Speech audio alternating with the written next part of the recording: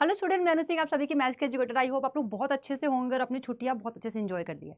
लेकिन अब बारी आ गई है 12th को अच्छे से पढ़ने का, और ये जो हमारे पास 8-9 महीने हैं उसको अच्छे तरीके से यूटिलाइज करने का। अरे मैम बहुत टाइम है बोर्ड में, यूं बीत जाएगा ये 8 से 9 महीने, और एग्जाम से 2 दिन पहले सोचोगे भाई कब बीत गया 1 साल।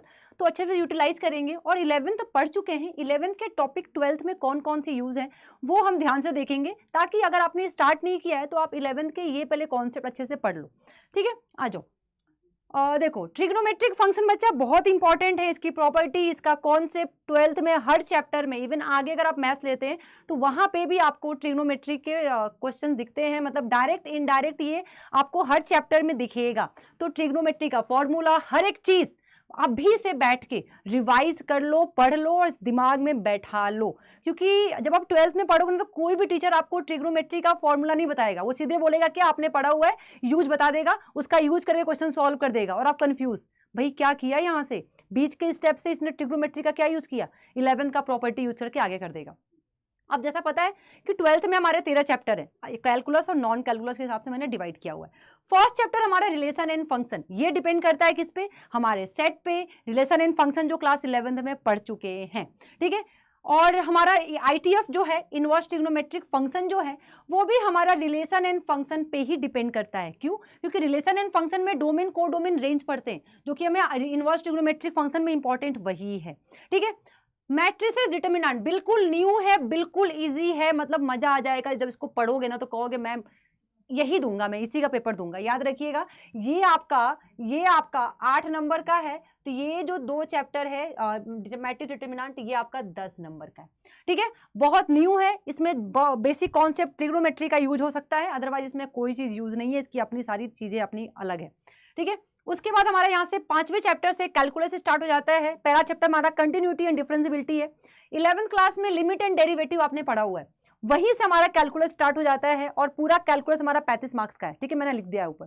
तो लिमिट एंड डेरिवेटिव का यूज आपका इसमें आएगा, और इसमें थोड़ा सा बच्चा बाइनोमियल का भी यूज आएगा। किसका आएगा? बाइनोमियल मतलब डिस्ट्रीब्यूशन नहीं, सॉरी, बाइनोमियल थ्योरम जो है ना, उसमें जो एक्सपेंशन है, बाइनोमियल एक्सपेंशन जो खास करके, क्या एक्सपेंशन जो है खास करके, उसका यूज यहाँ पे आएगा, तो उसको आप 11th क्लास का अच्छे से पढ़ लेना। एप्लीकेशन ऑफ डेरिवेटिव, ये भी बिल्कुल न्यू है। ठीक है, इसमें आपको कहीं से अलग पढ़ना नहीं है, मतलब डिफरेंशिएट कैसे करते हैं, और ये इजी है, इजी भी है और नया भी है। इंटीग्रल ये न्यू है, आपको मिलेगा, नया मिलेगा, लेकिन इजी है। इसके बाद आपका आता है एप्लीकेशन ऑफ द इंटीग्रल। इसमें बच्चा हम एरिया निकालते हैं।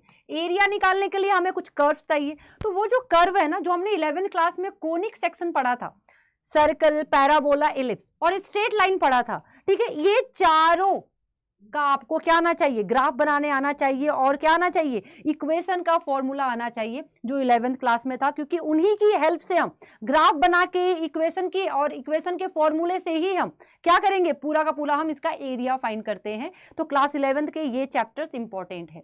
अब आ जाते हैं 10वें चैप्टर से, वेक्टर एंड 3D, बिल्कुल न्यू है। थोड़ा सा इसमें यूज आता है क्या, हमारे स्ट्रेट लाइन का यूज आ जाता है। तो याद रखिएगा, ये आपका है क्या, 14 नंबर का। कितने नंबर का?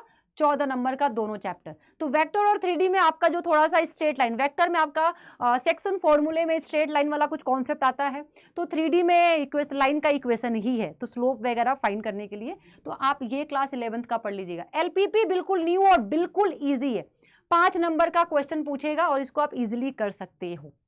अब आते हैं प्रोबेबिलिटी, जिसमें से 8 नंबर का क्वेश्चन पूछा जाता है, लेकिन इसको थोड़ा टफ कहा जाता है, क्योंकि ना बच्चा 12th के टॉपिक्स तो कम है, लेकिन इसमें ना ये कंटेन करता है सेट का थोड़ा पार्ट, परमुटेशन कॉम्बिनेशन का पार्ट, बाइनोमियल, और 11th का प्रोबेबिलिटी भी, इसलिए थोड़ा टफ कहा जाता है। लेकिन जब 12th का आप चैप्टर पढ़ोगे तो उसमें तो मिला के 5 ही टॉपिक है, मतलब कॉन्सेप्ट है, लेकिन ये कॉन्सेप्ट आपके प्रीवियस चैप्टर पे डिपेंड करता है। हमें कुछ भी पढ़ना है अब 12th में आके, तो हमें अपने आगे के करियर के लिए पढ़ना है। ऐसा नहीं कि पहले हम 12th पढ़ेंगे, फिर हम आगे जाके जिस चीज़ के लिए हमें पढ़ाई करना है फिर उसकी पढ़ाई करेंगे, ऐसा नहीं है। हमारा ये मैथ्स जिस कंपटीशन में आएगा, CUT में आ जाए, JEE में आ जाए, जिस कंपटीशन में आएगा, हम यहीं पे अपना बेस स्ट्रॉन्ग करते हुए चलेंगे। ऐसा नहीं कि 12th में पढ़ के 12th में ही छोड़ देना रिजल्ट आने के बाद। इसका यूजेज है आगे, आपको आगे इसका यूज दिखेगा, JEE में दिखेगा, आपको JEE देना है तो, आपको NDA देना है तो NDA में दिखेगा। खास करके CUT में 12th का पूरा सिलेबस 12th का ही होता है, तो हमें इस हिसाब से पढ़ना है कि हमारा करियर इस पे डिपेंड करता है आगे जाके। तो हम क्यों ना इसको अभी ही, हमारे पास टाइम है 8 से 9 महीना, तो हम क्यों ना इसको अभी से ही स्ट्रॉन्ग बनाते हुए पूरा डीप में स्टडी करते हुए चले जाए। वरना 2-3 महीने में तो कुछ नहीं कर पाओगे। बोर्ड के बाद तो आपको हर एग्जाम देने के लिए 1 से 1.5 महीना टाइम होता है, तो उसमें क्या करोगे आप? तो 8 से 9 महीने आपको पूरा बोर्ड में है, तो बोर्ड की पढ़ाई के साथ साथ आप इसको इतना इन डिटेल में पढ़ाई कर लो कि आपको दोबारा पढ़ने की जरूरत ना पड़े। ये जो चैप्टर्स हैं ये इंपॉर्टेंट चैप्टर्स हैं, तो इनको ध्यान से पढ़ लो 11th वाले, ठीक है। 11th का ये चैप्टर्स अच्छे से पढ़ लो ताकि 12th में आपको कोई भी प्रॉब्लम फेस ना करना पड़े। क्योंकि जब हम पढ़ाते हैं ना बच्चों को और कोई प्रॉपर्टी 11th का यूज करते हैं तो बच्चा डाउट में आ जाता है, मैम ये कहाँ से आया, ये कैसे किया आपने। तो फिर बच्चे को ना 11th का हमें वो बताना पड़ता है और उस वजह से ना क्लासेस बहुत ज़्यादा डिस्टर्ब हो जाती है। तो आप ऐसा नहीं चाहिए, आपके साथ ऐसा नहीं होना चाहिए, तो आप अभी से पढ़ाई स्टार्ट कर दो, अभी भी लेट नहीं हुआ है। और ये नई जर्नी के लिए ऑल द बेस्ट।